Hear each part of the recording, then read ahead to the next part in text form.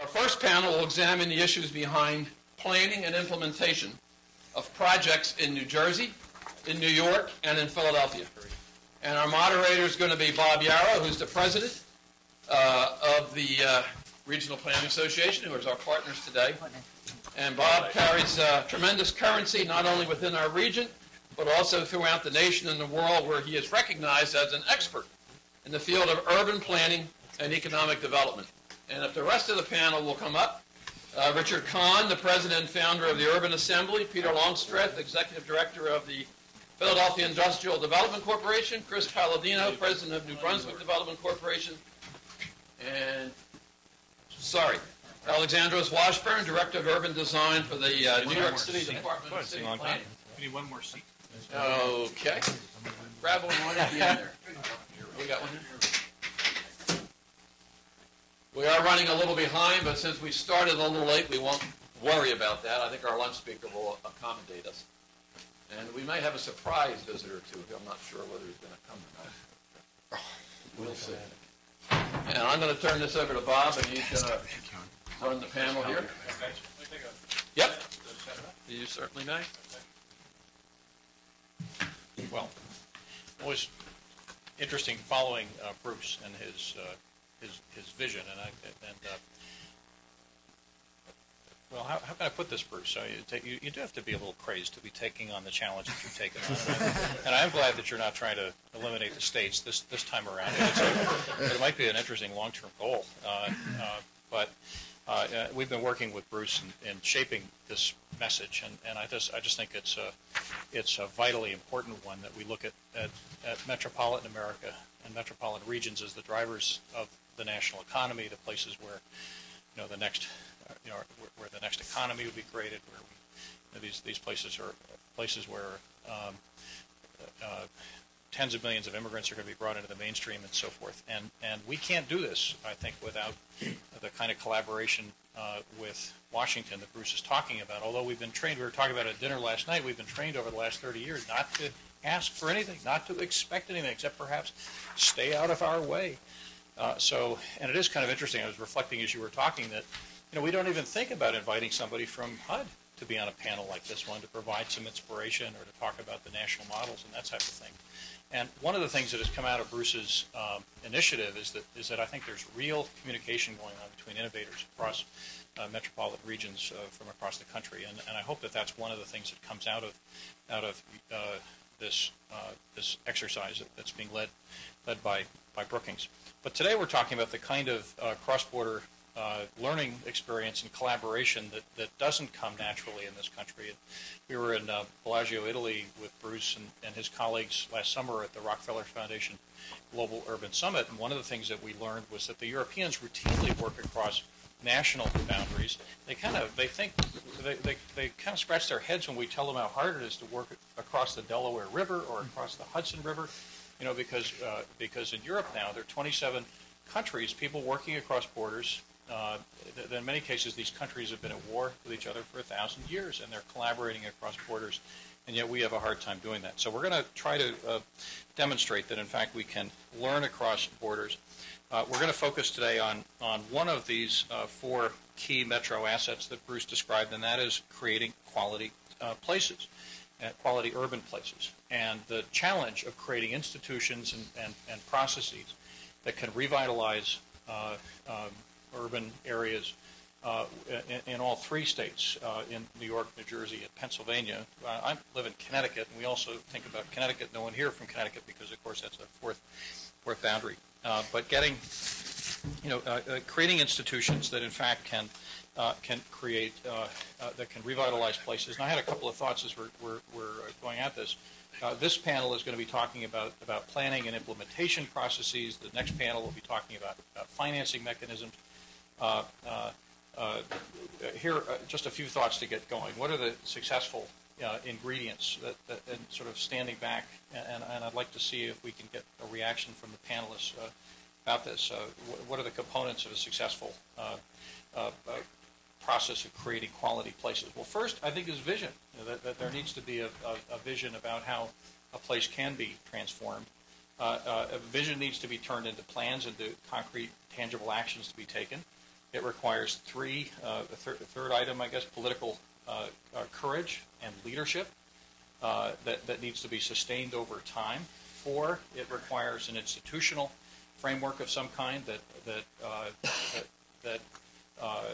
this is not a pickup ball that we're talking about here. If you want to transform Philadelphia or Camden or a district in Queens or Brooklyn or the Bronx, this is something that needs to be driven by an institution that can stay with it over time.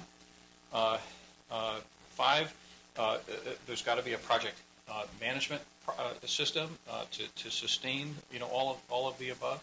6, there has to be the ability, legal authority to assemble sites, to in some cases take properties by eminent domain, do relocation, do all the other things, the procedural things that have to happen.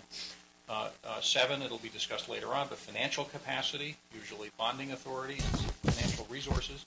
And 8, and I want to stress this, is what I think of as another different kind of PPP, but persistence, patience, and perseverance. That in fact, what we've learned in the transformation of cities and districts of cities is that this can take certainly years, often decades, and in many cases generations. It has, and in some cases, it has to be a permanent and ongoing kind of process. So the question is, how do we build those principles into urban regeneration procedures and institutions?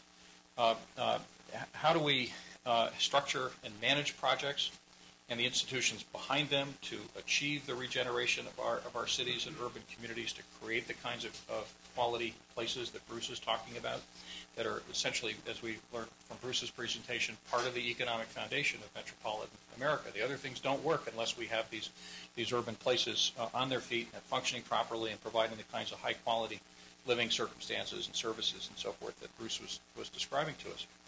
And what we want to learn from the case studies that will be presented by our panelists today, what are the best practices that we can learn from your experiences? What are the proper roles for city and state and regional institutions in structuring and leading and implementing urban regeneration strategies? And what can we learn moving across borders from these 3 states that don't really like each other and don't often communicate with each other? Our first panelist is we kind of like each other, but I'm uniquely situated because. That's right. Yeah. And by the way, I teach at the University of Pennsylvania, so I spend a lot of time in Philadelphia. So I'm straddling this region, every week. So I have a renewed interest in seeing this all work. First panelist, Peter Longstreth, who's the longtime executive director of the Philadelphia Industrial Development Corporation. Philadelphia. Peter. Thank you. 7 years isn't that long. Thank you very much. I'm delighted to be here. When Rich called me to kind of kick around the idea of participating here, I have to admit I was a little bit unnerved at the thought of participating in this rarefied environment here at the Woodrow Wilson School. So we talked a little bit further, and I found out that Rich grew up in Philadelphia. He's an illustrious graduate of Father Judge High School, LaSalle University, and the University of Pennsylvania, so I was back in my comfort zone, and I'm delighted to be here. And I'm delighted to be here to represent essentially the Philadelphia Industrial Development Corporation. We've been around for 50 years.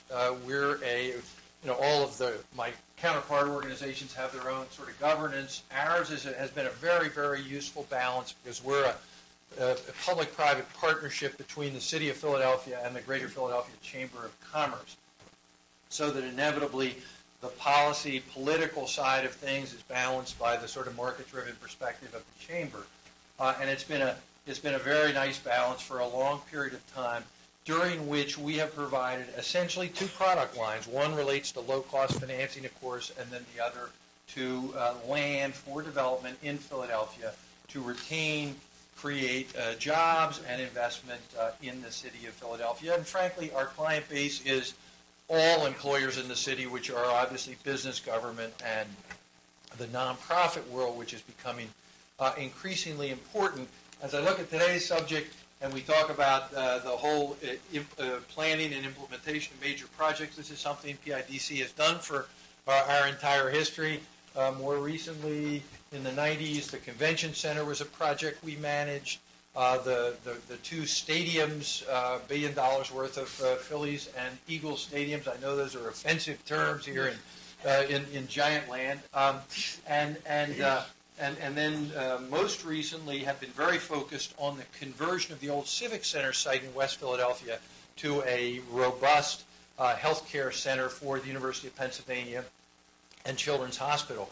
But maybe the best example that we're deeply involved in now is conversion of the Navy Yard to civilian use as part of the whole defense conversion process. And I'm going to touch.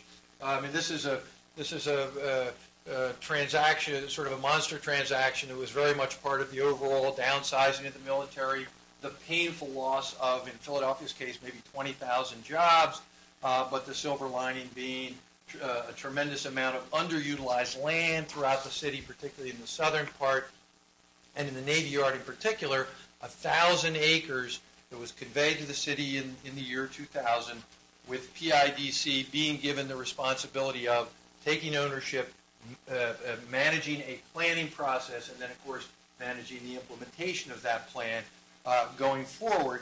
And as I sort of go through and sort of put together in my own mind a checklist of, some of the lessons we've learned and some of the factors that have contributed to the success there, whereas, Bob, it's very similar to the one that you already provided. But it does start with a couple of unique characteristics that I think have given us a tremendous advantage. One is a 1,000-acre site in an urban environment is kind of unheard of.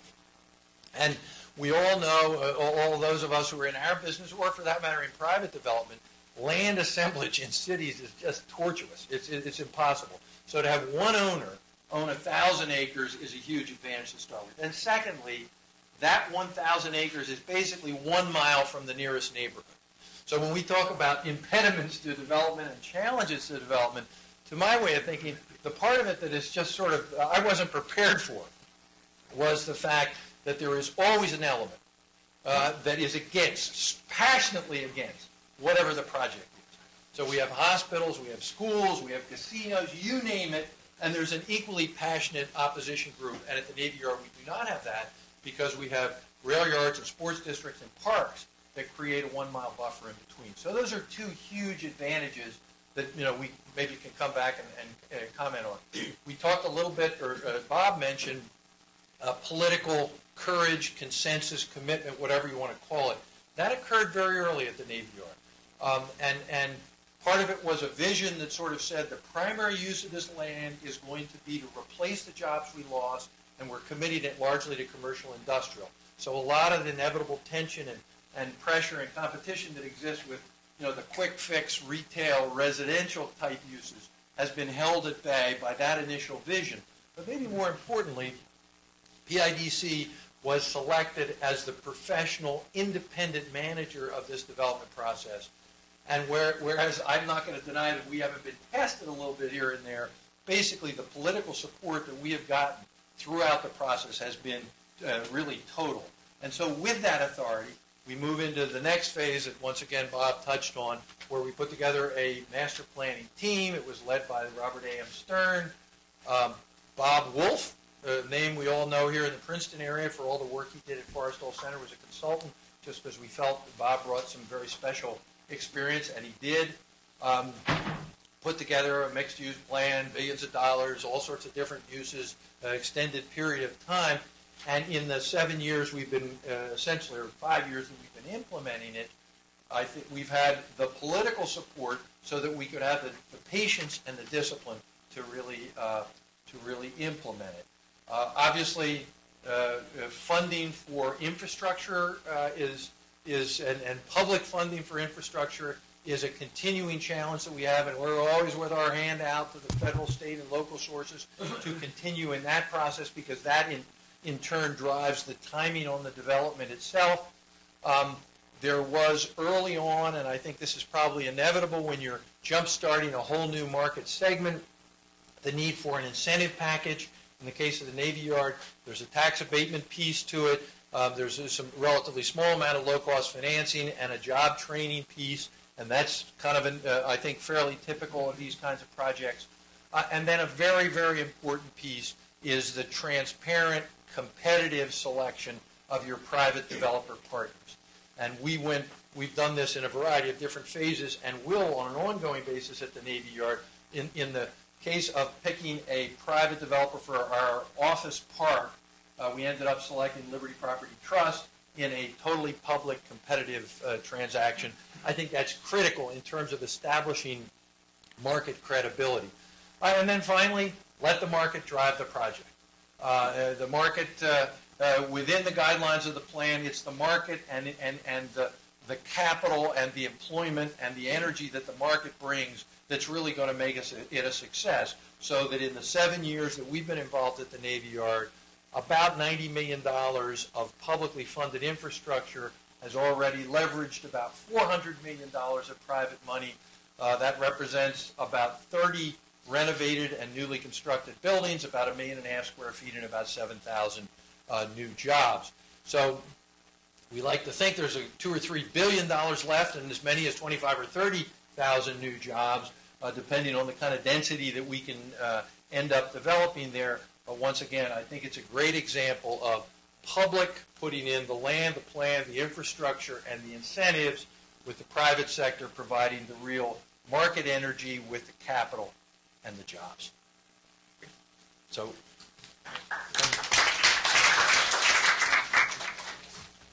Alex, while we're getting Alex's slides queued up, Alex, as you can see, his bio is Director of Urban Design for the New York City Department of City Planning. What we're really interested in learning about is his observations, having run the Penn Station Development Corporation, now Moynihan Station Development Corporation project on the west side of Manhattan, which in its newest iteration has the potential to be the largest, I think, single urban development project in the history of the country.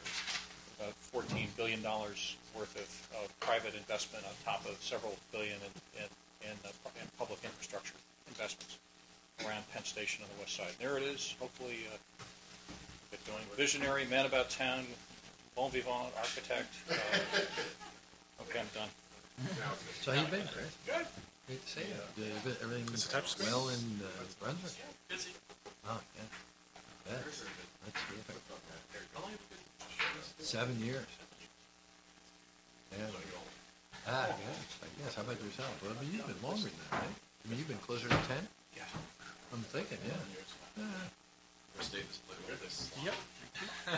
I've only had, I had one job for 10 and one job for 20, and this is 7, so. So we have a new mayor that's got everybody really fired up, so it's kind of fun. My full 7 years was with the previous mayor, and that was great too. Hi, everybody. Thank you so much for your patience on this, and also thanks so much for inviting me down here. I'm actually something of a transplant myself. I'm an architect who's found his way into government on certain occasions, and it's great to be back in Princeton because for a couple of years I actually taught across the street the design of infrastructure over at the architecture school. And the distance, I mean, I think it's, what, 60, 70 yards? But, I mean, it might have been the Grand Canyon between this school and that. And that was so frustrating to me. And, you know, my grad students, you know, they're so aesthetically minded and brilliant, et cetera, but they didn't get it. They just didn't get what we're all here today to get, which is what Bruce is talking about, and which is so fundamental, that it's really a combination of politics, finance, and design that makes something happen. And while it's wonderful to be on the planning side of things and the visioning and the design side, unless you have those 3 Ps that, Bob, that you talked about, and I might add a 4th, which is pain, you will never get anything to happen. So with that, I want to tell you a very quick fairy tale. Because once upon a time, New York had the greatest train station in the world. It was a train station that was so vast that Thomas Wolfe said you could hear the sound of time. It was low and lion-like in a tall city. it had three great spaces. One was a fabulous arcade based on the Baths of Caracalla in Rome. The other was an incredible ticketing hall, 180 feet tall, almost 300 feet across, a place where the sun would trace an arc through the day. And I think that's you could see the murmur of comings and goings, and it had a stateliness to it that told you that this was the center of the world. And then it also had a third great room. It's called the train room, that for that era was the highest technology space in America. It was a place where trains, for the first time liberated from the smoke they made, could come inside a train station, under this floor, and you could have them exist with the passengers in one great glass-filled space. Light, air, movement, all a way of announcing that you had come to the greatest city in the world. And then, as you know, it was torn down. 1963. Actually, it was not precipitous. It took a long time. It was like, and I think it took about 3 years to take apart the station, and it was actually dumped in the Meadowlands. And Ada Louise Huxtable, the architecture critic at the time, said, well, at least it made it a pretty classy dump. Unfortunately, this is what we got in return. It's just the unbelievable gridlock in what we have of what is now New York's Penn Station. Land of the second chance. You might get a happy ending out of this yet. Right across the street from the old Penn Station was another building built by the same architects, McKim, Mead, and White, in the same architectural style of the same materials. This was the Farley Building, what was the mother post office of the United States. It's where zip code 10001 starts. And the reason it was built next to the train station was that mail was delivered by rail.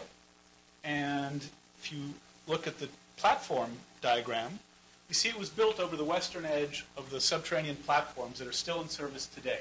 And mail would come up and into a giant sorting room and then out into the city to be processed. So, oddly enough, this functional building had very much the same functional plan as the original Penn Station, because it had the same purpose. Instead of people, though, you moved packages, but through the same state of flow, from the train into the light and into the city. So, a few years ago, actually I see Kevin Corbett is in the room, a man who is absolutely instrumental in getting this project going. Alex can talk you into it. Well, we came up with a plan. This is something, my detour into politics came when I went back to the city I'm from, Washington, D.C., as a young architect, and started working at the best firm in town, AIA Firm of the Year, and every building we built got a National Design Award, and the city was going to hell. No matter what the architecture was, the city was going to hell. So I wanted to see if government could do something. I was very lucky to get a fellowship with Senator Moynihan, New York senior senator, and the person I was told, the only person on Capitol Hill who cared about architecture. Well, he cared enough so that when he found out that he had an unpaid intern working in the back, he cared enough to hire me as a as a public works advisor and the only architect on personal staff on Capitol Hill. So he sent me off to negotiate. I mean, I had to do all the things that normal staff had to do, like negotiate highway bills and jawbone and arm wrestle and stuff, but he basically hired me to get Penn Station rebuilt. He had a vision that he wanted somehow to atone for our mistake and rebuild this great station, make New York, again, the center of a gateway. For functional reasons, yes, but also for a reason that was to give New York confidence. He felt, he had seen what had happened in the 70s, through the 80s, persisting into the 90s, a sense of entropy. Entropy. In New York, where everything used to happen, for a while, nothing happened. And that aided him. And it was symbolized to him by that picture of the statue fallen in the Meadowlands. So he felt that if we could rebuild Penn Station, not only would we revitalize an incredibly important infrastructural link for the region, not only would we make, again, a great place, so great that it would find its way into literature, into films, into the vision that people had of their city, but it would also prove to us that somehow in this complex, distrustful, somehow sleeping giant of a region, that we could get our act together and once again build. And if we built this, we could build more. And we could make New York once again the greatest not only city, but the greatest region in the country. So we came up with plans, and Kevin was leading the charge then at Empire State Development, which hired me as a president of the Penn Station Redevelopment Corporation, and we developed plans to make this new station. And we went around and we got about $782 million of funding that we cobbled from local agencies, federal agencies. We got approvals. We got the design done by Skidmore, Owings, and Merrill, basing it very much as a challenge from the old design, and once again, new. When it got funded, approved, and designed, I went back to being an architect and started a firm. I didn't really want to have much to do with the construction, the implementation of it. That was a fallacy of youth, I think, thinking that just because it's designed, funded, and approved, it would get done. Well, it didn't, unfortunately, in that iteration. And Senator Moynihan was very disappointed, said, we have a second chance to rebuild Penn Station. We won't get a third. Well, I don't know that's entirely true. About a year and a half ago, the project was put back out to bid. City planning in New York came up with a very clever trick. They rezoned the area, and they said, if someone can rebuild Penn Station to some semblance of its former glory, well, we will give you a bonus of 4.3 million square feet of FAR that you can build somewhere in the neighborhood. And about a year ago, I was drafted by the Department of City Planning to be the chief urban designer for New York City and to kind of act as a design eyes for Amanda Burton, who's the chair. And it's a fascinating, fabulous job, but the main thing, the great glory of it was that it's right at the time when this new plan for the new Moynihan Station is coming to fruition. So in just this sort of joy of work, in fact, Joy over there, a student here, is on the committee that we're using, the design task force that we're using to redesign the station and define what is a bonusable station. We've now come up with plans for something incredible, something that really will rival, really improve what we had before, and I think prove to us that we can do it. The deal is in it's bounced on a knife edge right now. Again, Kevin maybe can address that because he's on the board of the corporation that is charged with getting it done. But if it happens, and we can bring politics aligned with finance, and then take advantage of the design that we've got, we will have done it. And I think it's absolutely worth doing, and it'll take all 4 of those P's, but it's well worth the pain. We've got to get this done. Thank you.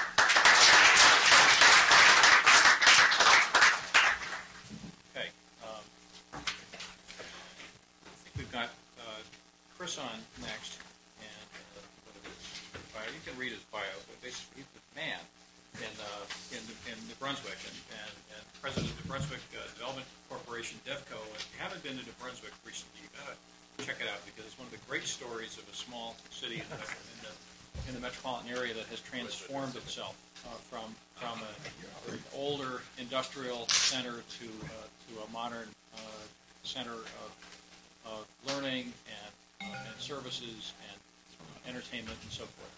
And Chris is the guy behind it. So, Chris and you, we'll let you. Great. While we're working this out, I only have 2 quick slides, so I think Richard actually has played a cool joke. I'm not quite sure on who. That Peter Longstreth speaks about the excitement of having 100 acres. 1,000 acres. Well, I'm going to get 3. And I've spent 10 years keeping the mayor from doing something stupid with the 3 that we have. It's a parking garage across from a train station that we're going to tear down, and I thought 3 was something exciting to work with. Yeah, that's true. All right. If I want to go to the next one, what do I do? I think Nancy just push one of those buttons. One click. Thanks. And then we hear about the Moynihan Station, and I am working very diligently with the Congress to get a new escalator in our train station. So, I'm going to get to take the cup home because my children will never believe that I get to speak at Princeton. But I certainly do welcome this opportunity, and I'll be very brief. Try to keep you somewhat to your schedule, but I certainly think the 4 and 5 and 6 Ps are that Bob outlined truly do set the stage and are the unanswered questions in doing urban economic development. I run a relatively small, not-for-profit development company that we own about 3 million square feet of office space and other type of space in the city, and we're actually probably in pre-development about $500 million worth of projects that we currently have in the pipeline. But it's a company that was started with a lot of foresight by a variety of institutions. Johnson & Johnson decided about 1974 to stay in New Brunswick. We had a relatively progressive mayor, and we're the home of Rutgers State University of New Jersey. And these folks all got together and said, actually creating a not-for-profit development company was a smart idea. And I've been there for the last 11 or 12 years, Karen? I don't know. Karen and I and Michael Francois parted ways. We've followed some very basic principles that have really kind of kept us in good stead. The first being that you really need to, whatever you do in an urban area, create critical mass. I know when Karen and Michael and I used to work at the EDA, we'd really get frustrated going into cities throughout New Jersey and helping fund a project, and there was some mayor or some development corporation, and they're going to do, this one for this councilman and this one for this councilman, and they were half of 20 minutes apart. They really weren't creating any critical mass. In New Brunswick, before I got there, Johnson & Johnson built its world headquarters. They built a Hyatt hotel. They built a retail and office complex and 2 other office buildings, all at one intersection. And they reclaimed a place that, when I was a kid, was a lot more fun. But since they had, New Brunswick's one of these cities that's 200, 300 years old, and basically was a place where George Washington or whoever was leading the charge during World War I, and they wouldn't let their soldiers go because it was kind of dangerous.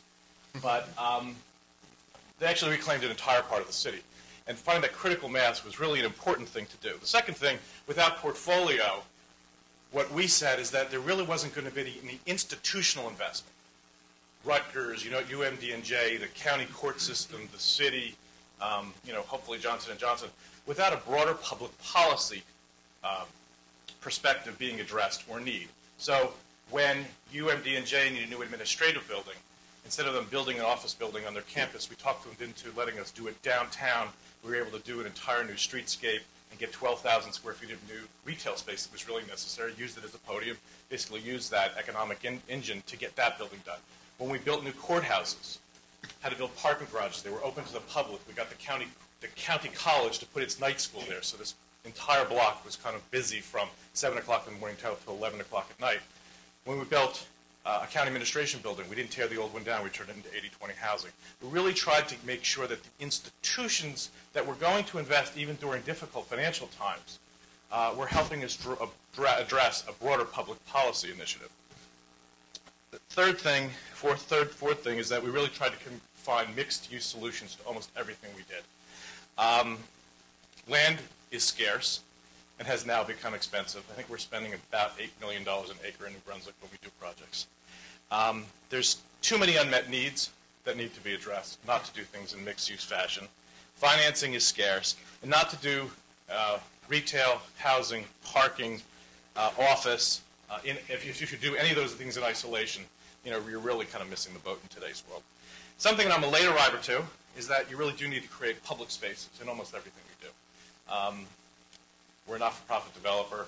Depends who I'm talking to. Sometimes we're on the public side. Sometimes we're more on the private side.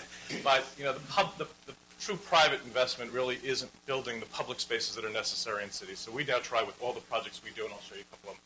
We do try to address creating public spaces. What I found, and particularly with this one, I'll show you. Building's really pretty. A whole bunch of people live there. People come to this hotel. All anybody talks about is the new parking bill. So I think that actually is something. the last thing that ties all this thing together is for us to really realize that cities are truly fragile places, and momentum is the most important thing. If you're not opening a project, in construction with another one, doing a financing, and going out and getting permits for another one, you're probably missing the boat. Too many cities, and Karen's heard this before, so I won't go through it. We build a big project in a city, we spend $160 million, everybody applauds, and 10 years later we're still waiting for the housing project to be built next to it. If you're not doing these things with a lot of critical mass, addressing a lot of needs, and doing it in rapid succession, you lose the momentum in the city. So this is a project which we just opened. It is 250 four-star hotel rooms with a conference center, 40 condominiums, retail, underground parking, and as I said, a new park. And we built it as part of, from respect to critical mass. The Blasting School of Public Policy is across the street. We have 3 theaters in town. The UMD&J building is across the street. This really tied all of those things together. It's $140 million of relatively complicated, painful financing. We did the first got Moody's and Standard & Poor's to give us a rating on some of these bonds, and then 9/11 happened, and we had to start all over again. But we have rated bonds, unrated bonds. We have privately placed bonds for our operator. We have equity investment by a housing developer. We have CRETA, and we have equity, which we turned into loans that we kind of cobbled together with a variety of grants over a number of years. But, most importantly, it brings to the city on a daily basis about 400 people who are coming to conferences. It's got about 40, creates 40 new housing units downtown, and about 300 jobs, which is extraordinarily critical in the little town that I work. But it also takes a piece of property that used to garner about $70,000 worth of property taxes if the mayor could collect it, and now about $1.4 million is paid on this park. Next door to it, a project that opened a year earlier, really shows the kind of public-private partnerships that we attempt to really stress. Most important one is the parking garage that's part of this project is owned by the New Brunswick Parking Authority. We built it, we sold it to them, but it provides the parking book for the hotel in this project. What we did here was brought 657 Rutgers undergraduate students to live in the downtown, and and built that on a podium of retail space and a health club for the students and parking. Rutgers was anxious to do this because it was a project we were able to do off their credit and off of their balance sheet. Rutgers manages the students, and we manage the building. It actually seems to have worked pretty well. We tried to show the university that you could actually build housing that pays for itself. Rutgers is one of those places, like most universities, that the kids that are living in the worst housing are subsidizing the kids that are living in the best housing. And here's the first project that was done, at least with Rutgers, where this project is totally self-sustaining. And from the city's perspective, we actually pay property taxes. We tried to create a public space on the outside that not only allows a place for the students to congregate and for the retail businesses to thrive, but also kind of invites the community to come inside into the project and be part of what we're trying to accomplish. This is a project that we're going to go in the ground with in September. This is our gateway project. It is a gateway to a variety of things. It really does bridge the downtown of the city to the university campus. The street over here is College Avenue, which is the main thoroughfare at Rutgers. But this is a 650-car parking garage. It's 50,000 square feet of office space, 80,000 square feet of retail space, and 200 workforce housing units that we're doing in partnership with Fannie Mae. We're creating a condominium structure. Rutgers is going to own the biggest piece of the retail because they're going to put their barn, hopefully the Barnes & Noble bookstore, but it's a big public process, so they'll probably mess it up. Parking and the office will be owned by the Parking Authority, and then we will be the sponsors of the condominium project. It has a lot of challenges where you're trying to build 650,000 square foot building. It's about $180 million in a historic district. And we've been successfully, with respect to design, been able to do it. The most important part of this project, when all is said and done, it's going to allow direct access to the Northeast Quarter. You're going to be able to come in from Newark to New York City and get off the train platform, not have to go into the station, and walk up this public promenade that walks past a variety of retail stores and onto the campus, easier access to the medical campus, and it's directly next to where the new Stem Cell Institute in New Jersey will be built, creating an extraordinary amount of critical mass. We're doing two projects together here that are about $500 million, and we'll bring about 1,000 people to work. We'll probably have about 300 people living on this block. So these are just kind of some of the examples of some of just the basic principles we've stuck to. But again, creating critical mass, moving ahead with projects in rapid succession whenever possible, making them relate to each other, not just from where you're creating parking in one and retail, but also have a place where people are going to kind of relate to each other. And it's been relatively successful doing it. Thanks.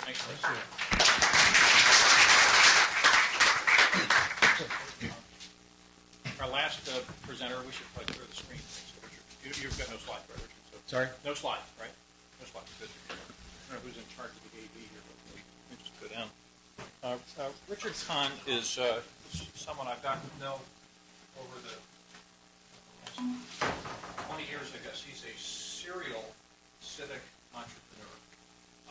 That several times in his career, Richard has taken on challenges that everybody said couldn't be done, couldn't be achieved, and so forth. He succeeded. And then he kind of gets itchy, though, and then he moves on to the next impossible challenge. And so I thought Richard would be perfect guy to kind of wrap this up and provide some reflections on your career, both at New York State Development Corporation, Battery Park City, the other big projects that you've led, and some of your observations about the principles you think drive these big projects and make them successful. Thank you. If you don't mind, I'm going to sit. I'm recovering from some ankle surgery.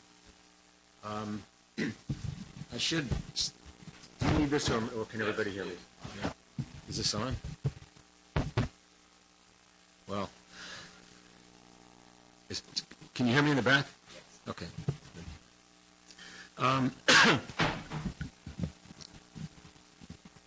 They can hear you. My resume is a little misleading because I really haven't been involved in this kind of work for quite a long time. I found another way to address poverty in cities, and that is public education. So the Urban Assembly, which started in 1990 with a couple of academics, one of whom I think taught here for a while, Richard Sennett and Saskia Sassen, its original purpose was to work and make connections relating to urban poverty issues in developing countries. And I had sworn that I'd never do anything again in New York City or in this country. That changed about 6 years ago when I first began to pay attention to the impossibility of separating urban revitalization, urban development from public education in the same communities. And I think, and Bruce alluded to this, ever having a truly healthy company, as long as we have these phenomenal inequities and waste of talent, the human capital issue. So I've started 19 public schools in New York City, and it is the hardest work I've ever done. But these kids must finish college. They come to us almost all in poverty. They come to us years behind in math and in English, and we are doing everything humanly possible, including some fairly risky innovations, to figure out and to stay with them through college. The principles I'd like to talk about in terms of the large development, public-private, sector partnership issues are a few. I want to talk a little bit about balancing those various sectors. The inability to do that is often the reason why projects fail. I want to talk about planning versus implementation. Unfortunately, something that should flow into the other has a very dramatic demarcation line where we're doing very well in New York on one side of it and not so well on the other side of it. And then I want to talk about one of the reasons for that, which is the quality of public servants. And all of these things vary over time. There are no fixed issues here.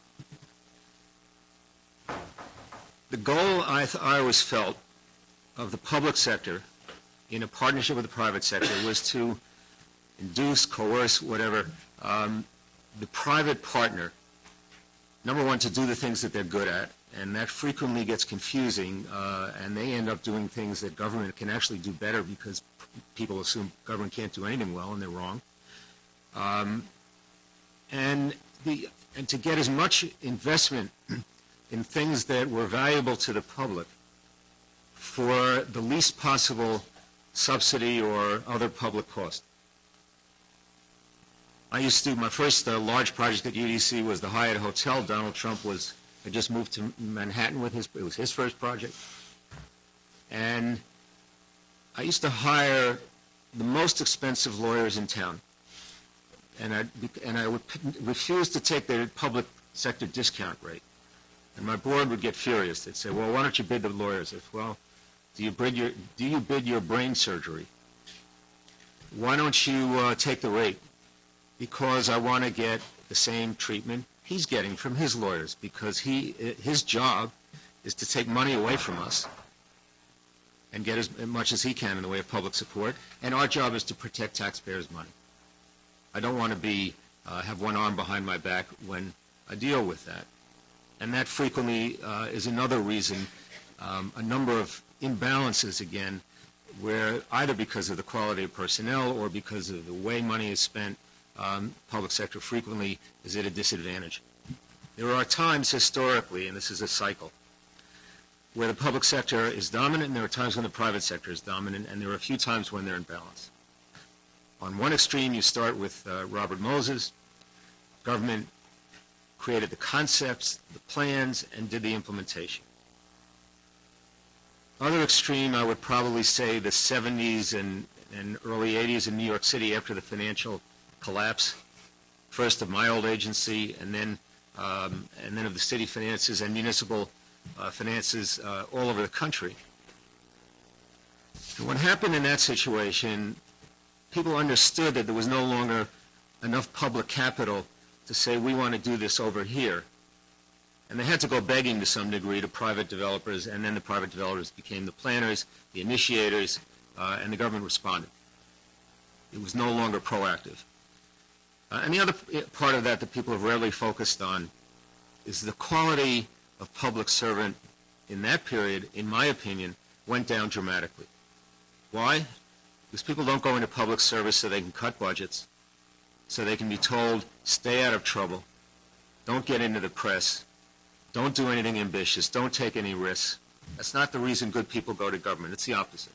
So for a period of time, it was not very attractive to be in government, and developers were paramount. Some very bad projects were put forward, and were it not for some community organizations, some civic groups like the RPA and Municipal Arts Society and Parks Council and others, and the environmental laws and lawyers, many terrible projects would have gone forward. A few did.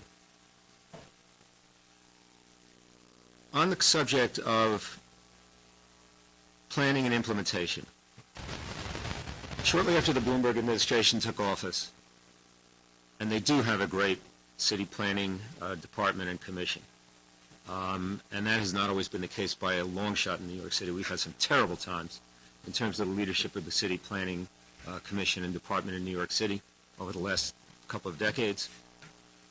A plan came out for a fairly large area of Lower Manhattan, excluding Ground Zero. And a reporter called me, and I hadn't seen the plan. The reporter called me and said, what do you think? I said, I think it's fantastic. He said, well, tell me exactly what you like about it. I said, well, actually, I haven't looked at it.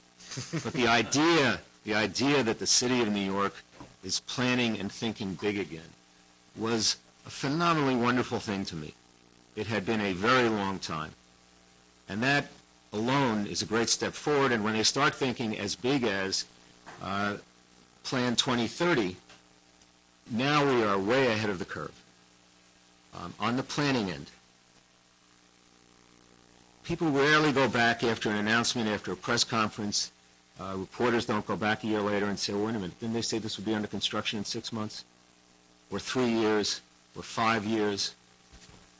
And at the end of the day, this urban development process is about putting bricks on top of each other. It is not about great plans, although they are essential in the beginning, but it's about implementation. And the implementation, in my opinion, in a number of areas in New York City, there are exceptions, is not going particularly well. There are a number of reasons for that, and I'll try not to be too critical. One, and I can talk about it in the question period if you like, are the powers of public authorities and how they are used.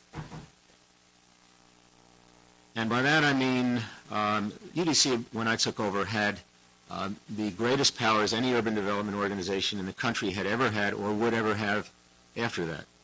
I remember Governors Jerry Brown called, "How do I do that?" I said, "You can't do that." It was done under a unique set of circumstances.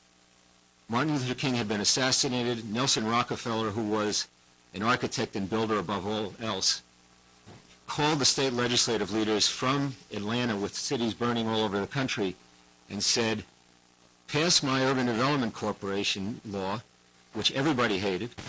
Communities hated it, mayors hated it, developers hated it. Pass it, or there are no more private bills, which are the equivalent of earmarks at the state level. And no legislator could survive without them. The bill passed, and from the beginning it was totally non-political. First head of it, Ed Loeb, I don't know if they knew he was a Democrat or Republican. I think actually he wasn't sure either. Come out of the Boston Redevelopment Agency, he didn't care. When I took over after the bankruptcy, I had no idea, years later, who were the Republicans and who were the Democrats. It never mattered in those days. It's mattered a lot subsequently, depending on which administration we've been in, more or less.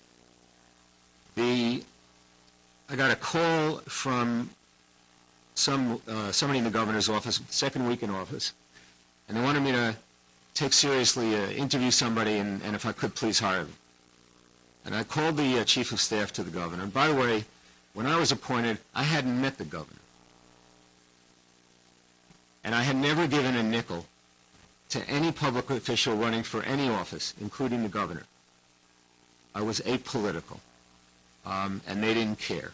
The word went out, this kid likes to do projects, he can get them done. It was 30 years ago, so I was a kid. And I get this call for a contract, and I said to the chief of staff, I can do one of two things for you. I can take your contracts and make you happy, make your friends happy, or I can give you a groundbreaking anywhere in this state whenever you want it. I cannot do both. And the word was, hands off UDC. You've got a contract, go to the Department of Transportation, go here. You do not go to UDC with a contract. We had the power, zoning overrides and condemnation powers. People looked and said, that must be why they're so good. The real powers that mattered were less interesting than that in some ways.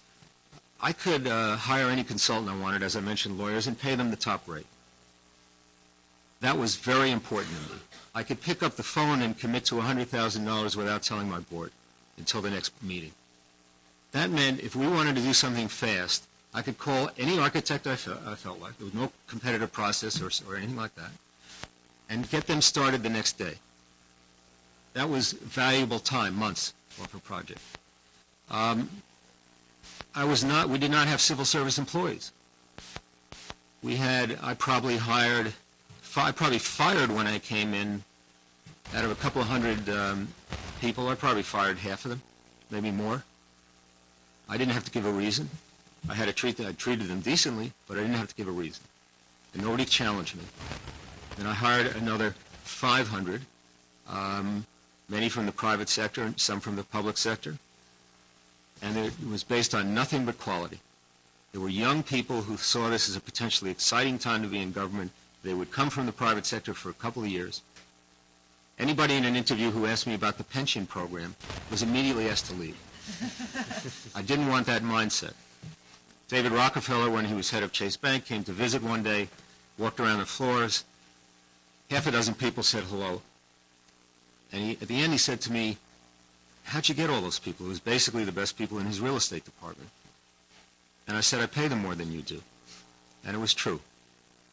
I always felt we have to perform at the highest possible professional levels so that we would be respected by the private sector and so that we could deal as equals. And I think we largely succeeded in that. So we have a non-political period. The first successor of mine was the treasurer for the next governor's campaign, and I would venture to say he had never renovated his bathroom. let alone built some of the largest projects in New York, and it immediately began to show. And they fired large numbers of these people that had been there because they were professionals, not because anybody cared about their politics, and replaced them with loyal people who had worked on the campaign. Then there were successors that were extremely competent from different parts of the private sector. Decent, honest, competent people. Political ties were still there. To a lesser degree, I think, with the next governor, but they were there.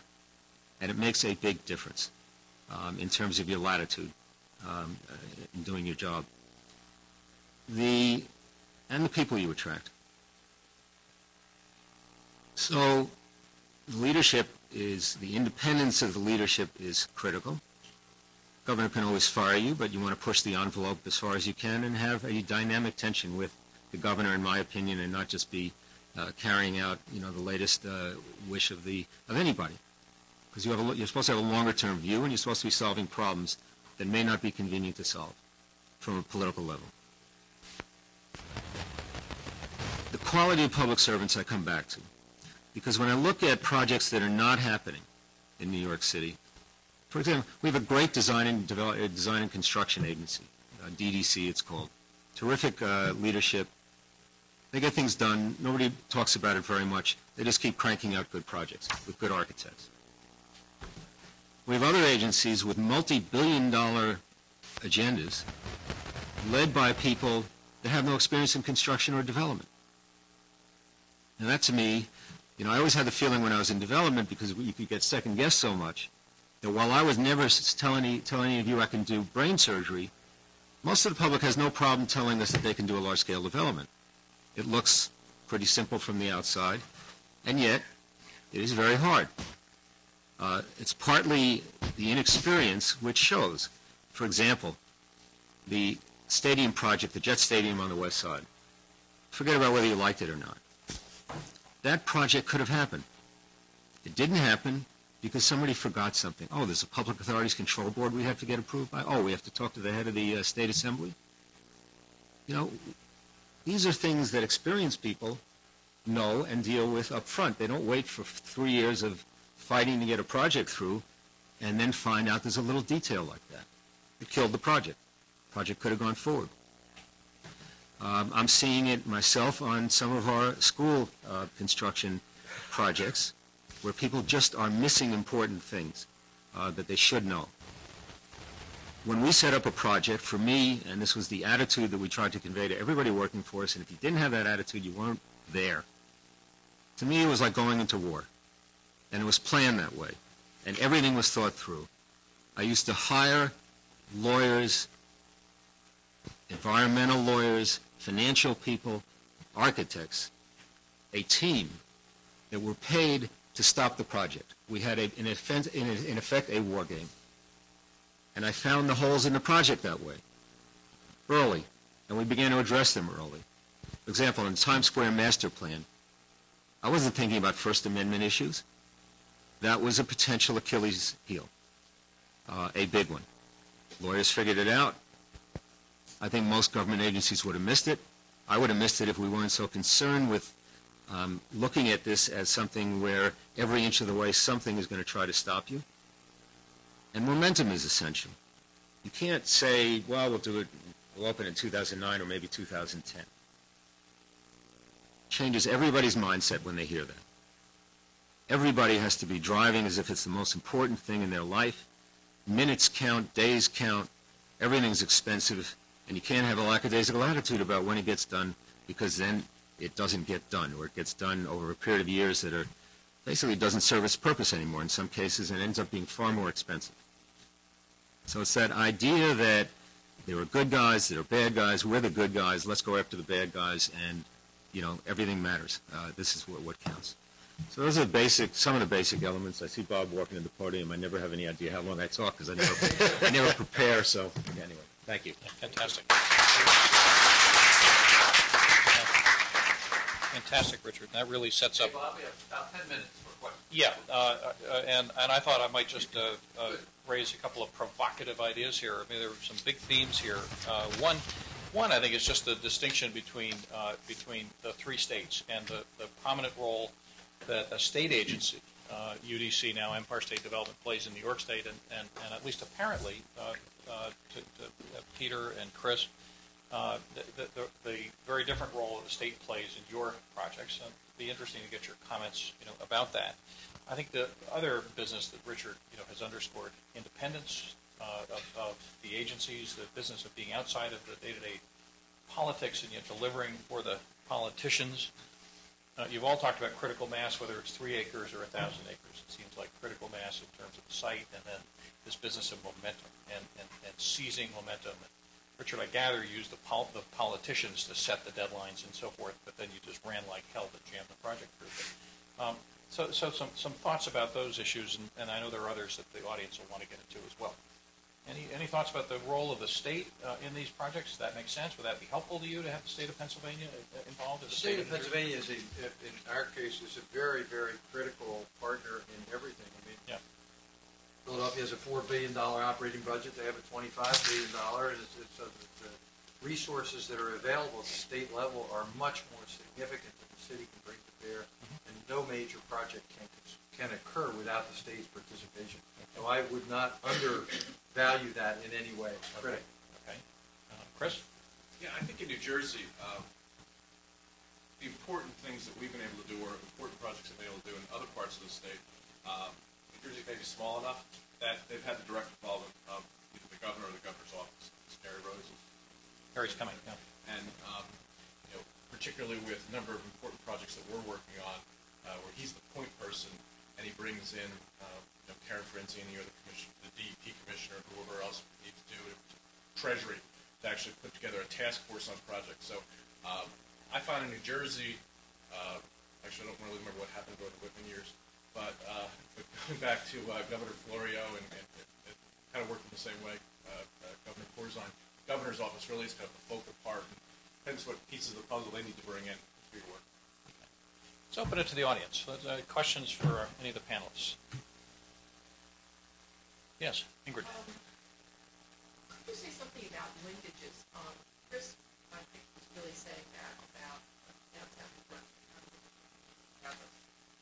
But I'm wondering here with the Navy Yard, it is an advantage not to have neighbors. On the other hand, how does 1,000 acres in the southern part of the city link with the rest of the city? And how important it seems to me that metropolitan centers are places where there aren't gaps and where pedestrians, cars, public transit makes it possible to have linkages, and it's very visible that you know where you are and how to get to some other place.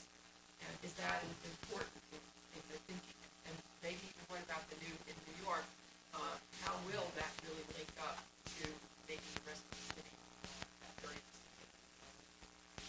Yeah, I mean, I just would say very quickly, as it relates to the Navy Yard, I didn't mean to misrepresent. I think part of the whole master plan is precisely to link the Navy Yard, which had always been for 150 years off limits, to being very much integrated into the rest of the city. But it is more a question of how you phase the development and the lack of immediate neighborhood tension gives you more flexibility. The result over time would be very much to be linked and integrated. And how does that happen? But what is your vision for how that 1,000 acres links to the rest of the city? I mean, it's part of a master plan that's very complex and has a whole bunch of different pieces to it. And it starts with very much the job replacement focus, and then builds into a more legitimate mixed-use type use with residential, retail, and connections from an infrastructure standpoint with extension of the subway down into the Navy Yard and a whole sort of variety of elements. Alex? Yeah, I think linkages, perfect question. That's actually the utility of the new station. That's actually also how the Department of City Planning first got involved in this cycle. We had gotten a grant through the Economic Development Corporation, it's been critical in getting this to happen, to study the Moynihan Station neighborhood area and how to link the myriad infrastructures that go through it, starting from Herald Square, where you have PATH and the subway line, then on to 7th Avenue, the 1, 2, and 3, 8th Avenue, the ACE, going down to the new 7 line further on. There were all these disparate nodes. And so we used this grant. I hired fantastic young people, got them to start making computer models of this underground infrastructure that stretched from Herald Square to the Hudson River, how it ties into the projected plans for the new Moynihan Station, and then how that ties into the ARC station that's coming through. Because other than ARC, we're not so much adding capacity as we are making things work better together. And that's the central premise of ICE-T, which was the Moynihan legislation, along with Congressman Rowe as well. But the preamble states our job is to make what we have work better together, and it's linkages. Chris? It's interesting. Many of us in New Jersey cities have a quick learning curve to understand how important this is. Quite often, when one of the universities is interviewing someone who's the head of a new institute, and they ask me to have lunch with them and talking about New Brunswick, or I'm out selling to a CEO of a New York company that's looking to locate part of its business in New Brunswick, they don't want us to talk about the laboratory or their buildings. They want to talk about how does the train work, and where people live, and where's the relationship to other things, and where's the restaurant, and the hotels there. And it kind of throws you the first time, because these are people who usually come from a place like Philadelphia, Boston, New York, or Washington, and they understand how all of those things are important to the people that are going to work for them. What I'm finding, particularly with stem cell and the people that I talk to, these are people coming from another part of the world. They don't want to talk about, this great suburb and you get in your car. It's really how the train and what housing opportunities there are. We're working with a major financial corporation that's going to hopefully move to New Brunswick, and where's the guys that work in my mailroom going to live? Can you do 80-20 housing? And they're on top of all of those things. So it's, I think a lot of people who do work like I do in New Jersey have to quickly get up to speed that those are things that are truly important to people who live in real urban environments. We have time for maybe 1 or 2 more questions, right? Why don't we start back here? Well, wait a second, you're on the team, aren't you? I am, but can I ask a question or not? Okay, very fast. Fast. Let's go fast. Fast question, fast response. Bruce kicked us off in talking about metro areas. And what Peter and I have had many conversations of, can you really create a metro area in South Jersey, between South Jersey and Philadelphia, or in North Jersey between New York and New Jersey? And all of you guys are focused great on your projects in your areas.